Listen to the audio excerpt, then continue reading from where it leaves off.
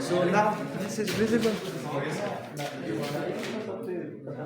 You'll start from here and you'll like go Yeah, till here. yeah, that's right. Yeah. So the students Okay. can zoom in as well. Okay, and another thing is, how did you zoomed in? Because I didn't zoom in. okay. Because now when I was doing it, so I wasn't able to capture the whole board. So you actually placed it Quite far back. quite far Yeah. back. Okay, that's right. So I have to. Okay.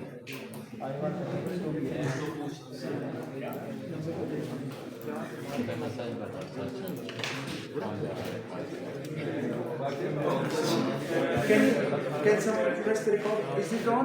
Yes. It's on. Okay, so let's get started.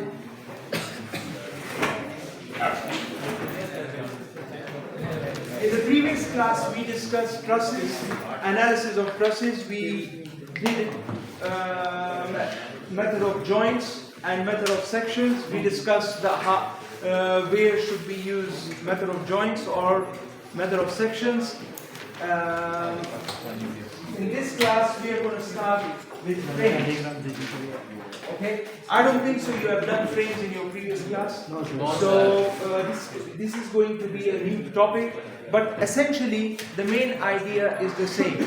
In the case of trusses, what we were trying to do, we were trying to build a structure which was integrated with the columns and with the other members in such a way that it is stable and it's able to take the loads. The loads could have been vertical, gravity loads, or horizontal, or horizontal, which is lateral load. Okay, so the main idea, so in any structure you can think of, the main idea is to bring the loads down to the ground. So there can be either vertical loads or lateral loads. Okay, these are the main two types of loads. Now, in frames also, the same idea prevails. So, frames are actually structures which are consisting of beams and columns. They have got horizontal members and vertical members. Essentially, we should call it a beam column. Why? Because there is axial force normally and there is bending in the structure. Now you will see what I am talking about in a moment when I am solving problem. But just to give you a brief idea of what happens. For example, imagine we have a building.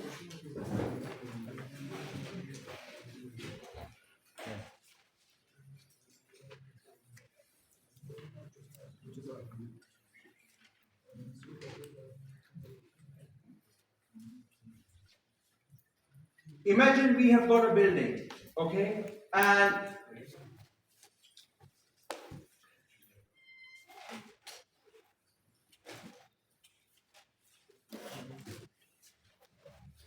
this building has got series of frames stacked together, okay, which I've shown in red, okay. So the red shows that these are frames. Now,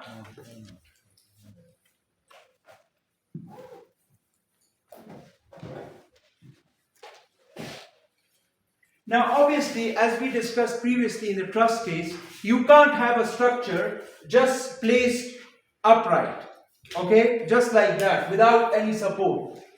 Essentially, it's a 2D structure. But 2D structure, you can't just put a frame or anything placed on a ground. But why? Because it can always topple over. Okay, so we have to have some structure which connect this out of plane loading. Out of plane means, like, if I draw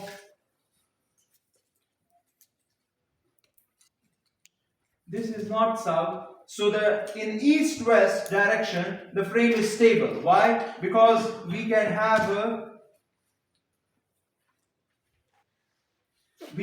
a support over here, say pin.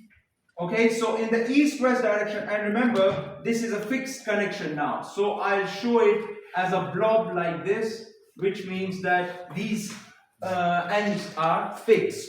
unlike the previous case where everything was pinned. Okay, so we have these frames which are stacked together, and in the east-west direction, the frame is stable.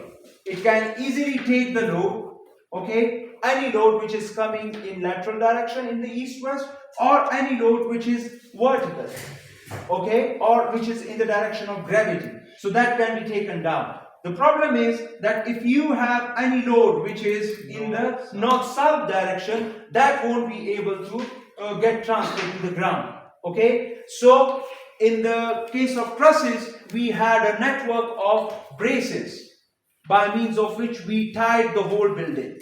Okay, in this case, what we do is we can have beams, we can have slabs, a horizontal member, whatever we like. So imagine we provide a beam like this. So this is a beam, okay, which is shown in green. So this is your beam, but there is opening over here. So this opening is normally covered by something called slab, which is a plate element. So you put a plate joining two frames. Okay, so these are horizontal members, and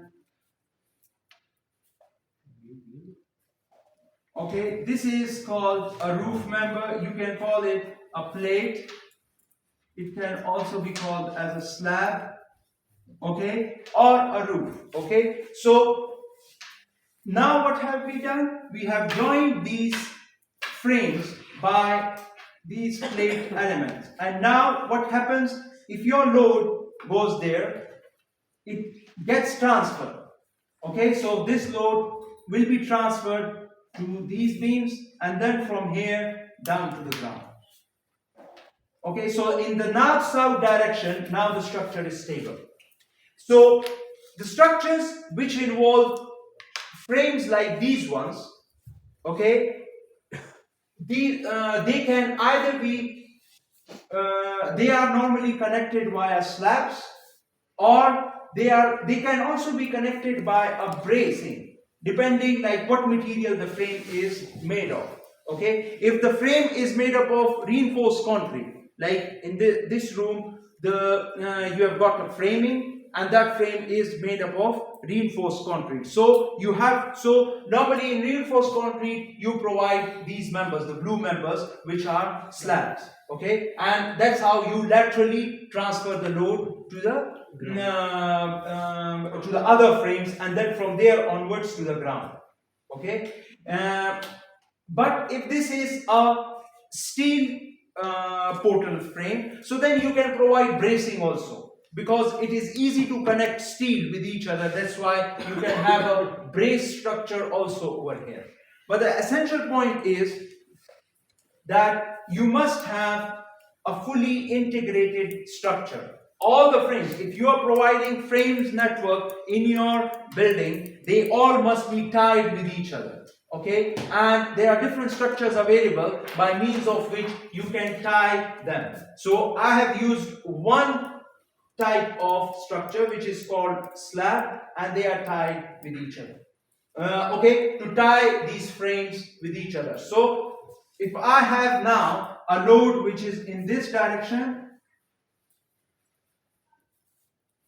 okay, so what will happen? This load can easily be transferred just like that.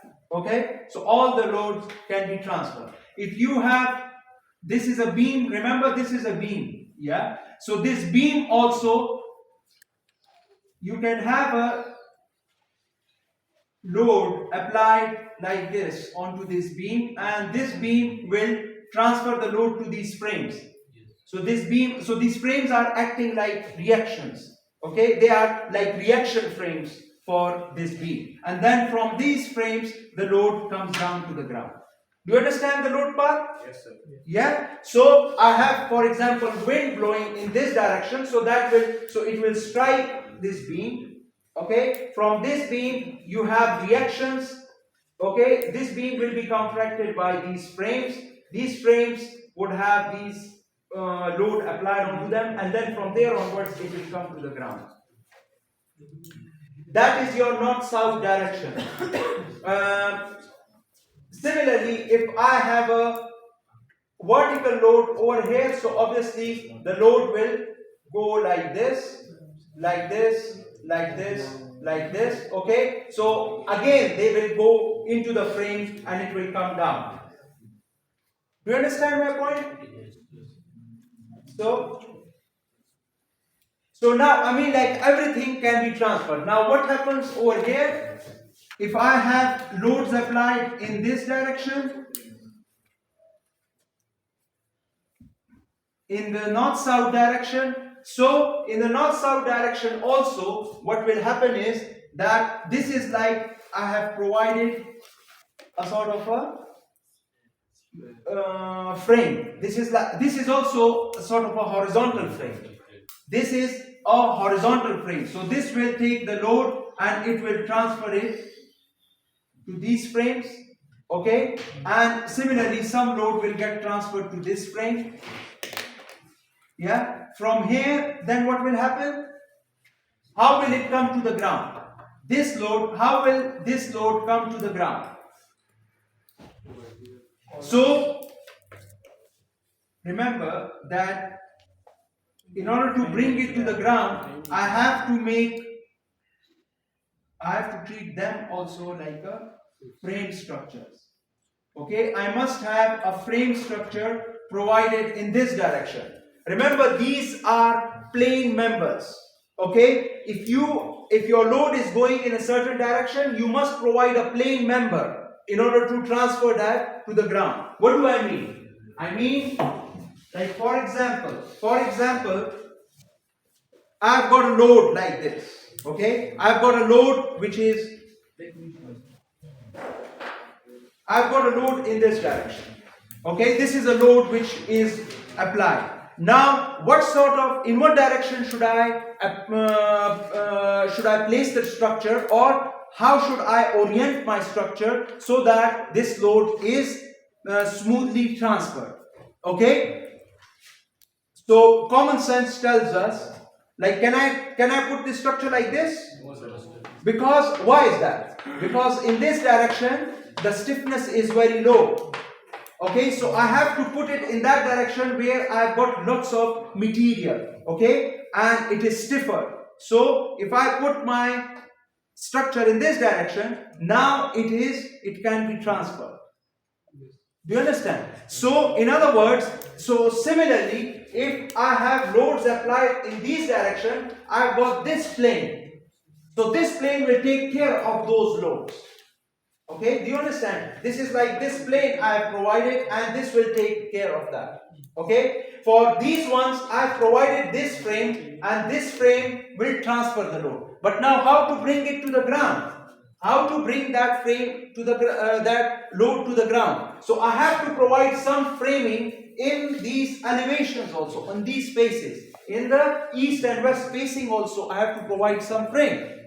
Okay, because this frame is not going to work. This is just like that, like I'm providing load in the least stiff direction, so I have to provide some stiffness, and so that's why these are also frames. So these frames, so this, what is this slab doing? This slab will be transferring this load to this point, to these frames, okay, and then from here they will come to the ground. So it's the same thing which is going on in this direction, but that's in the east and west face. Do you understand my point? Yes, sir. So that's how the load has to be transferred. Now, what do I mean by the least stiff or the most stiff direction? What do I mean by that? Okay, let me clarify. You have done your MOS 1. And what is your moment of inertia? For a rectangular section, BH cubed by 12. That means that the moment of inertia is proportional to the third power of your depth. And what is your stiffness? Stiffness is defined as, stiffness is proportional to your moment of inertia. Okay? Stiffness is proportional to your moment of inertia. If your moment of inertia is bigger in a particular direction, okay, then that direction will take more load, or that is more stiffer. And let's demonstrate that. This is a paper, okay? This is, for example, a beam. Now, if I put my load like this, okay, what is that moment of inertia which is active?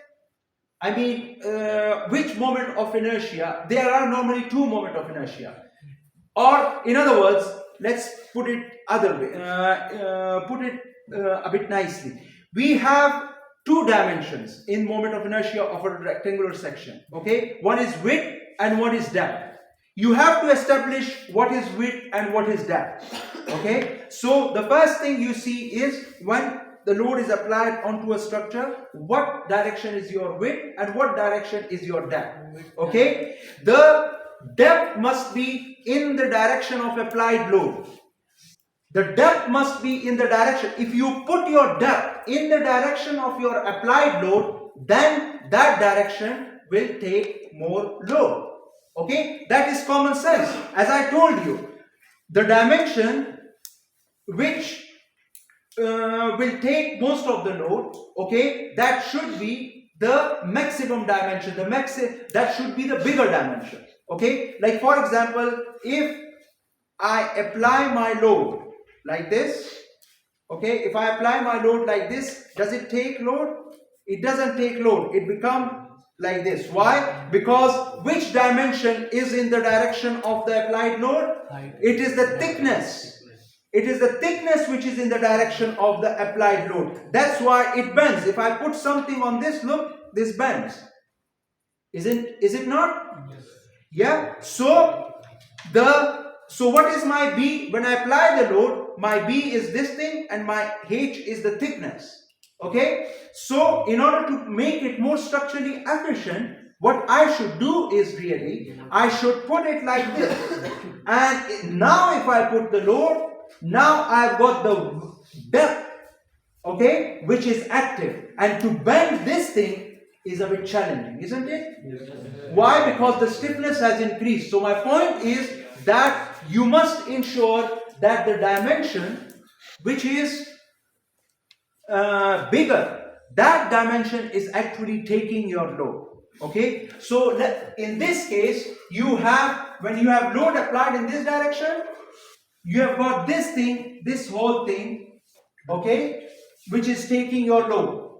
Okay, you have got the same height which is active actually. When you apply the load in this direction, you have got this height then becoming active, and that is taking the load, bringing the load down.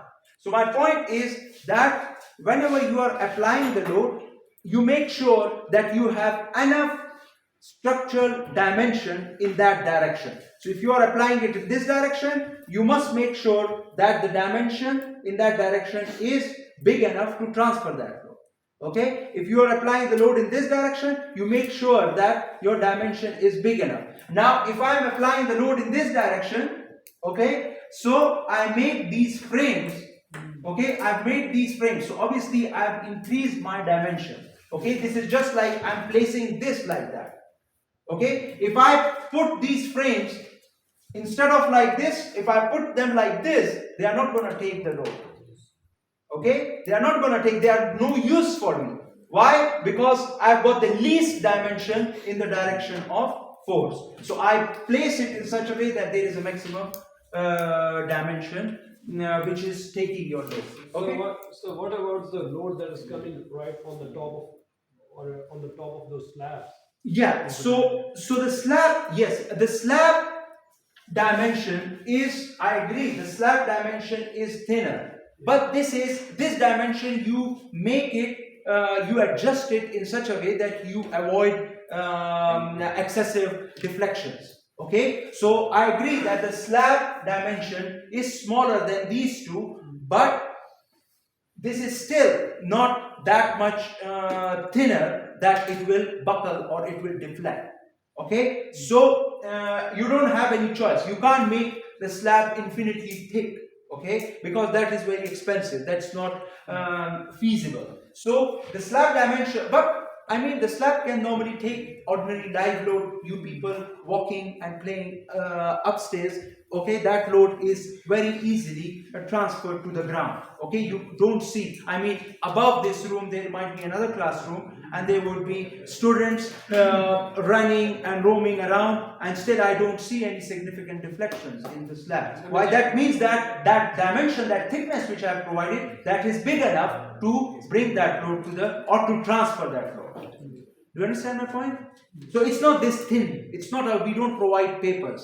So we provide proper thick section. Yes. जो lateral load हम provide करेंगे, जब lateral load लग रहा होगा slabs पे, उसका reaction क्या होगा? देखिए, this is also like a beam. This is acting like a beam. So if you have got lateral loads, this will be resisted like this. Huh? Is it okay? And that load is running into your this frame. If there is no frame, then what will happen? No, but if you don't provide this frame, then you can't transfer it to the ground. How would you, if you don't have this frame, you must provide at least one frame in this direction to transfer this load. Why? Because if you have load resisting in this direction, this reaction needs a frame in this direction in order to transfer it. That's what I told you. If you don't have that, then you must provide it, or this structure won't be stable. Okay? Or the other thing which you can do is you make all of them fixed. You can make all of them fixed, and you can then make these ones pin. Still, this becomes stable. Why? Because this is just like then stable structure. Okay, this is fixed. And yes, in the previous class, I told you what do we mean by fixed. I told you that you provide a very heavy foundation to it so that it doesn't rotate. That's also one way. But you must provide a proper load path for this. Okay, so this is essential. What is the role of beams in this structure? The role of the beams, we have got, I told you that this beam is important. Why? Because it transfers the load to these frames, and then from this frame it comes to the ground. And these beams, the green ones, the green beam. The which load in this direction, like east to west? The beam is thick, yeah, and the beam takes load in this direction and transfer it to the supports, isn't it? So that's this beam which is transferring the load to these frames. Okay, so this is the beam we are talking about, and these are also beams. The slab is also like a beam, but it is what I mean. Its thickness is less and its depth is more. Okay, it's more deeper, and so but it is also like a beam. It's a deep beam. You can call it a deep beam because its role is also to transfer the load laterally. Okay. So that's okay. So if you are given, I mean, this is just a background. I was explaining this just for this for the sake of background. Normally, in your exam, you will be getting frames like this, simple frames, which will be subjected to some loading, and you will be required to carry out structure analysis of that, which means you have to draw bending moment, shear force diagrams. Okay, so let us solve a problem where we have a frame and that frame is subjected to some loading.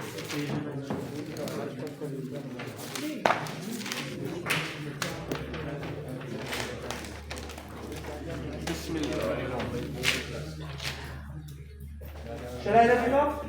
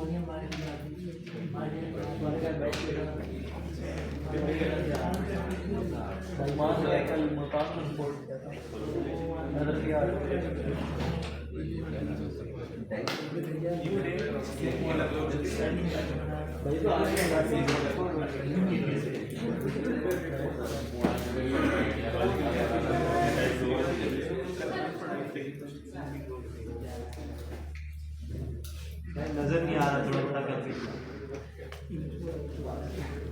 It's not visible? ये फर्क ये नजर नहीं Then how could you read it? Sikandar ने बोल दिया